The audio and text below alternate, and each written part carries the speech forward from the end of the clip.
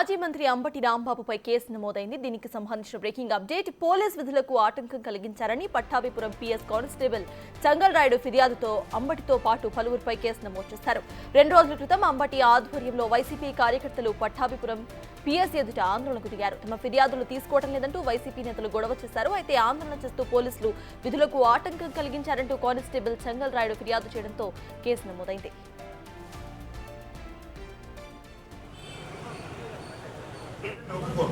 లాజికల్గా ఎండ్ కావాలి.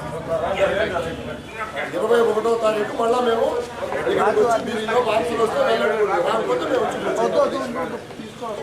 నేను మాజీ మంత్రి న్యాయవాది ఈ కేసు ఏదో చేయకపోతే మాజీ మంత్రి అంబటి రాంబాబుపై గుంటూరు పిఎస్లో కేసు నమోదైంది. ఇదే అంశంపై పూర్తి డీటెయిల్స్ మా ప్రతినిధి సాయిశంకర్ గుంటూరు నుండి అందించడానికి సిద్ధంగా ఉన్నారు.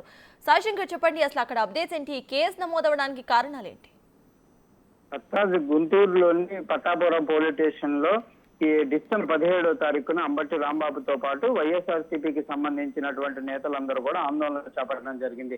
తాము ఏదైతే ఫిర్యాదు చేసినటువంటి సోషల్ మీడియాకు సంబంధించినటువంటి ఫిర్యాదుల అంశంలో కేసులు నమోదు చేయట్లేదంటూ వెంటనే కేసులు నమోదు చేయాలంటూ కూడా వీళ్ళందరూ కూడా ఆందోళన చేపట్టారు. అయితే ఆందోళన చేపట్టినటువంటి సమయంలో తమ విధులకు ఆటంకం కలిగిస్తూ ఆందోళన కొనసాగించారంటూ కూడా పట్టాపురం పోలీస్ స్టేషన్ లో పనిచేసేటటువంటి హెడ్ కానిస్టేబుల్ చంగల్ రాయుడు ఫిర్యాదు చేయడం జరిగింది. ఆయన ఫిర్యాదు ఆధారంగా కూడా ప్రస్తుతానికైతే అంబటి రాంబాబుతో పాటు నిమ్మకాయల రాజనారాయణ, అదేవిధంగా డిప్యూటీ మేయర్ వజ్రం బాబు, షేక్ నూర్ ఫాతిమా వీళ్ళందరిపైన కూడా కేసులు అయితే నమోదు చేయడం జరిగింది. ప్రధానంగా పోలీసు విధులకు ఆటంకం కలిగించడమే కాకుండా ఎలాంటి పర్మిషన్ లేకుండా పోలీస్ స్టేషన్ లో ఆందోళన చేపట్టడానికి సంబంధించినటువంటి అంశాలపైన కూడా కేసు నమోదు చేసినట్టు చెప్తున్నారు. అయితే ఆ రోజు అంబటి రాంబాబు మాట్లాడుతూ తాము ఫిర్యాదు చేసినటువంటి కేసులకు సంబంధించి 2 రోజుల్లో ఎఫ్ఐఆర్ నమోదు చేస్తాం అనే విధంగా కూడా సీఏ హామీ ఇవ్వడం జరిగింది అనే విధంగా చెప్పారు. ప్రస్తుతానికి మాత్రం అంబటి రాంబాబు పైన కేసు నమోదు చేయడం పైన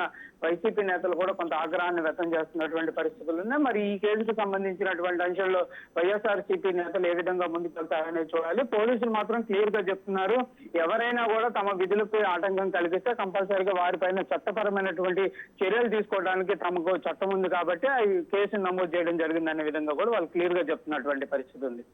రైట్, థ్యాంక్ యూ సాయిశంకర్. మాజీ మంత్రి న్యాయవాది ఈ కేసు ఏదో